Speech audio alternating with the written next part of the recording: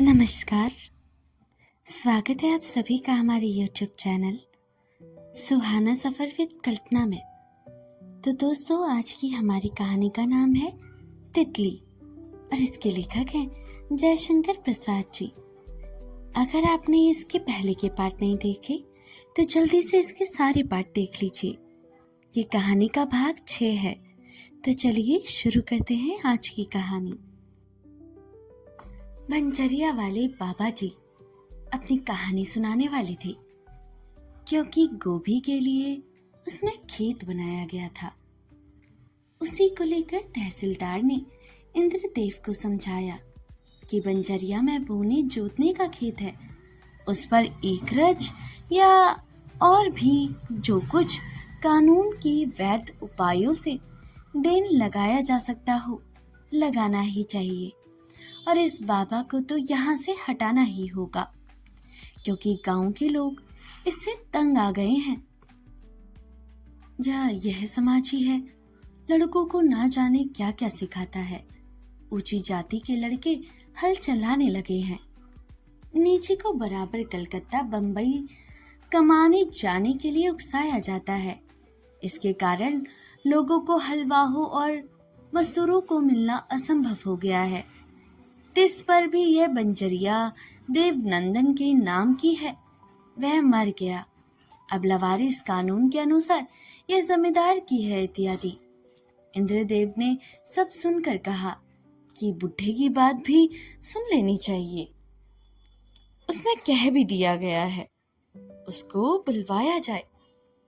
आज इसलिए रामनाथ आए हैं और साथ में लेवाते आए हैं तितली को।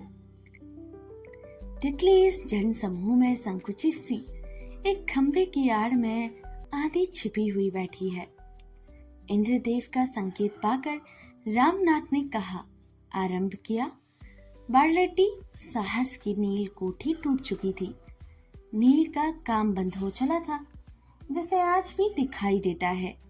तब भी उस गोदाम के हौज और पक्की नालियां अपना खाली मुंह खोले पड़ी हुई थी, जिसमें नीम की छाया में गायें बैठकर विश्राम कर लेती थी। पर बार्टली साहब को वह ऊंचे टीले का बंगला, उसके नीचे बड़ा सा ताल था, बहुत ही पसंद था। नील गोदाम बंद हो जाने पर भी उसका बहुत सा रुपया दादनी में फंसा हुआ था। किसानों को नील बोना तो बंद कर देना पड़ा, पर रुपया देना ही पड़ता।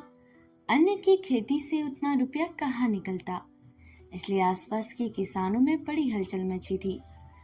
बारलटी के किसान आसमियों में एक देवनंदन भी थे। उनका मैं आश्रित ब्राह्मण था। मैं अन्न मिलता था और मैं काशी में जाकर पढ़ता था।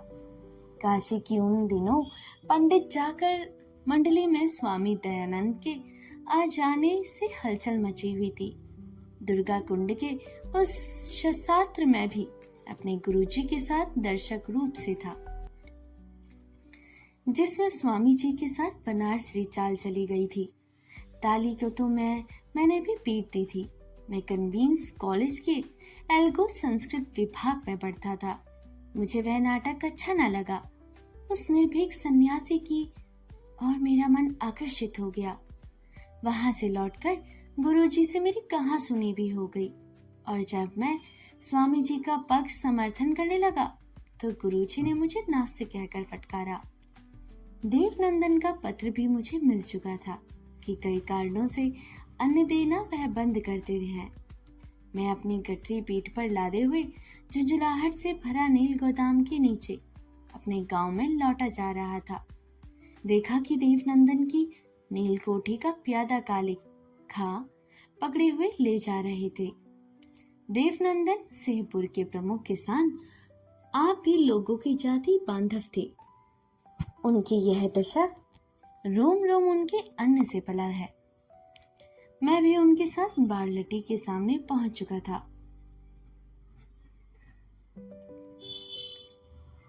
उस समय कुर्सियों पर बैठे हुए बार्टली और उनके बहन जेन आपस में कुछ बातें कर रहे थे। जेन ने कहा, भाई इधर जब से वह चले गए हैं मेरी चिंता बढ़ रही है। ना जाने क्यों मुझे उन पर संदेह होने लगा है। मैं भी घर जाना चाहती हूँ। तुम जानती हो कि मैंने स्मिथ का कभी अपमान नहीं किया और सच तो यह है कि मैं उसको प्यार करता हूँ, किंतु क्या करूँ, उसका जैसा उग्र स्वभाव है वो तो तुम जानती हो। मैं भला अभी काम छोड़कर कैसे चलूंगा? बाल्डर्टी ने कहा। जब यह काम ही बंद हो गया तब यहाँ रहने का क्या काम है? देखती हूँ जो रुपया तुम्हारा निकल भी आता है उसे यहाँ की जमींदारी में फंसाते जा रहे हो। क्या तुम यहीं बसना चाहते हो? जैन ने कहा। तब तुम क्या चाहती हो? बाटली ने अन्मयस्क भाव से पूर्व की धीरे धीरे सूखने वाली झील को देखते हुए कहा। नील का काम बंद हो गया, पर अब हम लोगों को रुपये की कमी नहीं। जो कुछ हो यहाँ से बेचकर इंग्लैंड लो चढ़ लो। मेरा प्रसव काल समीप है। मैं गांव में घर में जाकर ही रहना चाहती हूँ, समझा ना? जैन ने सरलता से कहा। इतनी जल्दी? असंभव। अभी बहुत रुपया बाकी पड़ा है। ठहरो, मैं पहले इन लोगों से बातें कर लूं। बाल्डर्टी ने सूखे स्वर में कहा। देवनंदन ने सलाम करते हुए कुछ कहना चाहा कि बीच ही में बात काटकर काले खां ने कहा, सरकार, बात कहने पर यह आया है। देवनंदन ने रोष भरे नेत्रों से कार्ले को देखा। बाल्डर्टी ने कहा, रुपया देते हो कि तुम्हारा दूसरा? जैन उठकर जाने लगी। बीच में ही देवनंदन ने उसे हाथ जोड़ते हुए कहा, मेरी स्त्री को लड़का होने वाला है। और लड़की? जैन आगे ना सुन सकी। उसने कहा, बाल्डर्टी, जाने दो उसे, उसकी स्त्री का। तुम चलो चाय के कमरे में, मैं अभी आता हूँ। कहते हुए बाटली ने जैन की तीखी आंखों से देखा। दुखी होकर जैन चली गई। देवनंदन की कोई विनती नहीं सुनी गई। बाल्डर्टी ने कहा, काले खां, इसको यही कोठरी में बंद करो और 3 घंटों में रुपये ना मिले तो 20 हंटर लगाकर तब मुझसे कहना। बाटली की कठोर से अब देवनंदन पृथ्वी घूमने चला। तब वह चाय पीने लग गया। मेरे हृदय में वह देवनंदन का अपमान घाव कर गया था। मैं अब तक तो केवल वह दृश्य देख रहा था, किंतु क्षण भर में मैंने अपना कर्तव्य निर्धारित कर लिया। मैंने कहा, काले खां, भूलना मत, मेरा नाम है रामनाथ। आज तुमने यदि देवनंदन को मारा पीटा तो मैं तुम्हें जीता ना छोड़ूंगा। मैं रुपए ले आता हूँ। क्रोध और आवेश में कहने पर तो मैं यह कहकर गांव में चला गया, पर रुपए कहाँ से आते? मैं उन्हीं के पट्टीदार के पास पहुंचा, पर सूद का मोल भाव होने लगा। उनकी स्थावर संपत्ति पर्याप्त न थी। हिंदुओं में परस्पर तनिक भी सहानुभूति न थी। मैं चल उठा। मनुष्य के दुख सुख को सौदा करने लगता है और उसका मापदंड बन जाता है रुपया। मैंने कहा, अच्छा, धामपुर में मेरी कृष्णा पर्ण माफी है, उसे भी मैं रहने न कर दूंगा। तहसीलदार साहब ने कहा कि इस बंजरिया के नंबर पर पहले देवनंदन का नाम था। सो ठीक है। मैंने ही उनके संबंध में रेहन करके फिर इसी माफी को देवनंदन के नाम बेच दिया। अब मेरी मैं गांव से घोर घृणा हो गई। मैं भ्रमण के लिए निकला। गांव पर मेरे लिए कोई बंधन नहीं रह गया। तीर्थों, नगरों, पहाड़ों में घूमता था और गली चौमुहानी, कुओं पर, तालाबों पर और घाट के किनारे मैं व्याख्यान देखने लगा। मेरा विषय था हिंदी जाति का उद्बोधन। मैं प्राय उनके धन लिप्सा, गृह प्रेम और छोटे छोटे से हिंद गृहस्थ की राज मनोवृत्ति की निंदा किया करता। आप देखते नहीं कि हिंदू की छोटी सी गृहस्थी में कड़ा करकट तक जुटा रखने की चाल है और उन पर प्राण से बढ़कर मोह। 10-5 गहने, 2-4 बार बर्तन, उनको 20 बार बंधक करना और घर में कलह करना, यही हिंदू गृह में आए दिन के दृश्य है। जीवन का जैसे कोई लक्ष्य नहीं, पद दलित रहते रहते उनकी सामूहिक चेतना भी नष्ट हो गई है। अन्य जाति के लोग मिट्टी और चीनी के बर्तन में उत्तम संगित भोजन करते हैं, हिंदू चांदी की थाली में सत्तू घोलकर पीता है। मेरी कटुता उत्तेजित हो जाती है तो और भी इसी तरह की बातें बकता। कभी तो पैसे निकलते और कहीं कहीं धक्के भी, पर मेरे लिए दूसरा काम नहीं। इसी धुन में मैं कितने वर्षों तक घूमता रहा। नर्मदा के तट से घूमकर मैं उज्जैन जा रहा था। अकस्मात बिना किसी स्टेशन की गाड़ी खड़ी हो गई। मैंने पूछा, क्या है? साथ के यात्री लोग भी चकित थे। इतने में रेल के गार्ड ने कहा, भुखमरों की भीड़ रेलवे लाइन पर खड़ी है। मैं गाड़ी से उतरकर वही भीषण दृश्य देखने लगा। संसार का नग्न चित्र, जिसमें पीड़ा का, दुख का तांडव नृत्य था। बिना वस्त्र के सैकड़ों नर कंकाल इंजन के सामने लाइन पर खड़े खड़े और गिरे हुए मृत्यु की आशा में टक लगाए थे। मैं रो उठा। मेरे हृदय में अभाव की भीषणता, जो चिंगारी के रूप में थी, अब ज्वाला सी धधकने लगी। चतुर गार्ड ने झोली में चंदा के पैसे एकत्र करके कंगालों में बांट दिया और वे समीप के बाजार की ओर दौड़ पड़े। हाँ, दौड़े। उन अभागों को अन्न की आशा ने बल दिया। वे गिरते पड़ते चले, मैं भी चला उनके पीछे पीछे। यह दिखता जाता कि पेड़ों में पत्तियां नहीं बची, हड्डियां भी इस तरह उन्हें नहीं खा सकती, वे तो नस छोड़ देती हैं। मैंने देखा कि वे भूखमरे बाजार में घुसे, किंतु मैं नहीं जा सका। बाजार के बाहर ही एक वृक्ष के बिना पत्तों वाली डालों के नीचे एक व्यक्ति पड़ा हुआ अपना हाथ मुंह तक ले जाता है और उसे चाट कर हटा लेता है। पास ही एक छोटा सा जीव और भी निस्तब्ध पड़ा था। मैं दौड़कर अपने लोटे में दूध मोल ले गया। उसके गले में धीरे धीरे टपकने लगा। वह आंख खोलकर पास ही पड़े हुए शिशु को देखने लगा। शिशु की ओर मेरा ध्यान नहीं गया। मैं उसे दूध पिलाने लगा। कहकर बुढ़ा रामनाथ एक बार ठहर गया।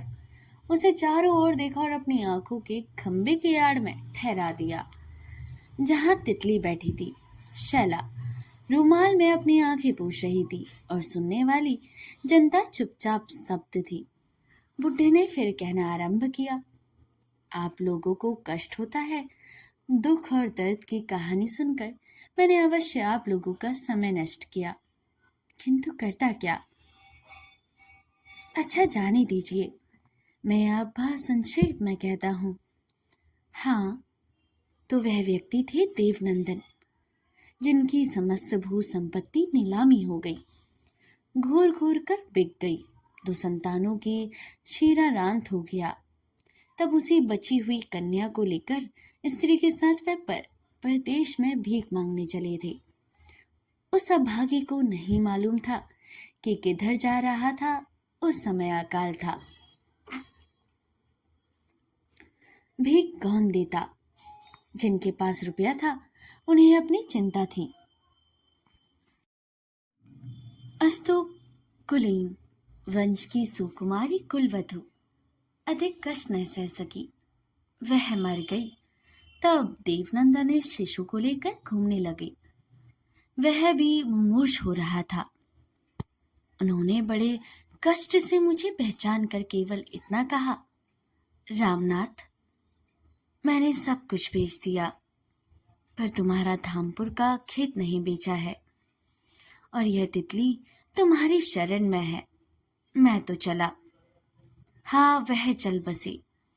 मैंने तितली को गोद में उठा लिया। आगे बुढ़ा कुछ ना कह सका, क्योंकि तितली सचमुच चित्कार करती हुई मूर्छित हो गई थी और शैला उसके पास पहुंचकर उसे प्रफुल्लित करने में लग गई थी। इंद्रदेव आराम कुर्सी पर लेट गए थे और सुनने वाले धीरे धीरे खिसकने लगे। तो दोस्तों, यह कहानी यहीं पर समाप्त होती है। इस उपन्यास की मुख्य नायिका तितली एक स्वाभिमानी, साहसी, कर्मठ और सेवाभावी ग्रामीण युवती है। ये कठिन परिस्थितियों में भी अपने आदर्शों से कभी समझौता नहीं करती। कहानी में शैला, इंद्रदेव, मधुआ, रामप्यारी जैसे महत्वपूर्ण भूमिका भी निभाते हैं। यह पात्र अपने विचारों और जीवन अनुभवों के माध्यम से समाज की अलग अलग तस्वीर भी प्रस्तुत करता है। जयशंकर प्रसाद ने इस उपन्यास में किसानों की वास्तविक स्थिति का अत्यंत मार्मिक चित्रण किया है। जमींदारों और सूदखोरों द्वारा किसानों का शोषण, गरीबी, अन्याय, सामाजिक असमानता को बड़ी संवेदनशीलता से दिखाया गया है। तितली इन परिस्थितियों का सामना साहस और धैर्य से भी करती है और अपने कर्म और सेवा भाव से समाज में सकारात्मक परिवर्तन लाने का प्रयास करती है। उपन्यास का महत्वपूर्ण पक्ष गांव और शहर की दो अलग अलग जीवन शैलियों का चित्रण है। गांव की सादगी, अपनापन और नैतिकता के सामने शहर का आधुनिक और भौतिकवादी दृष्टिकोण दिखाई देता है। शैला जो आधुनिक विचारों वाली महिला है और तितली जो भारतीय संस्कृति और आदर्शों का प्रतीक है। इन दोनों के विचार अलग अलग हैं, लेकिन समय के साथ दोनों एक दूसरे से बहुत कुछ सीखती है। यही इस उपन्यास की सबसे बड़ी विशेषता है। यह उपन्यास एक सामाजिक संघर्ष की कहानी नहीं, बल्कि प्रेम, त्याग, करुणा, सेवा और मानवीय मूल्यों का संदेश भी देती है।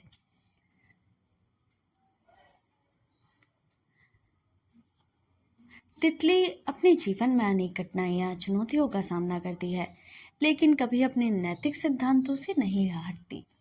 उसका चरित्र यह सिखाता है कि सच्ची शक्ति बाहरी संपत्ति में नहीं, बल्कि अच्छे संस्कार और ईमानदारी और दृढ़ संकल्प में होती है। उपन्यास का एक अंत जो है एक सकारात्मक संदेश के साथ होता है। तितली का त्याग, संघर्ष और निस्वार्थ सेवा अंततः समाज की अच्छाई की जीत का मार्ग प्रशस्त करते हैं।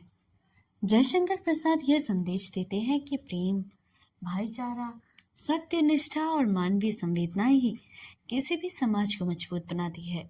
यही कारण है कि तितली आज भी हिंदी साहित्य के महत्वपूर्ण सामाजिक उपन्यासों में से एक है, उसको गिना जाता है। तो दोस्तों, तितली केवल एक कहानी नहीं, बल्कि भारतीय समाज का दर्पण है।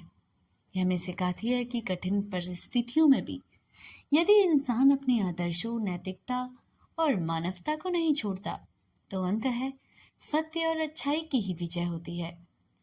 अगर आपको हमारी कहानी पसंद आई हो और इसका सारांश भी पसंद आया हो और ऐसे ही हिंदी साहित्य की आसान और रोचक विस्तृत व्याख्याएं देखना चाहते हैं, तो हमारे चैनल को लाइक, सब्सक्राइब और शेयर करना ना भूलिएगा।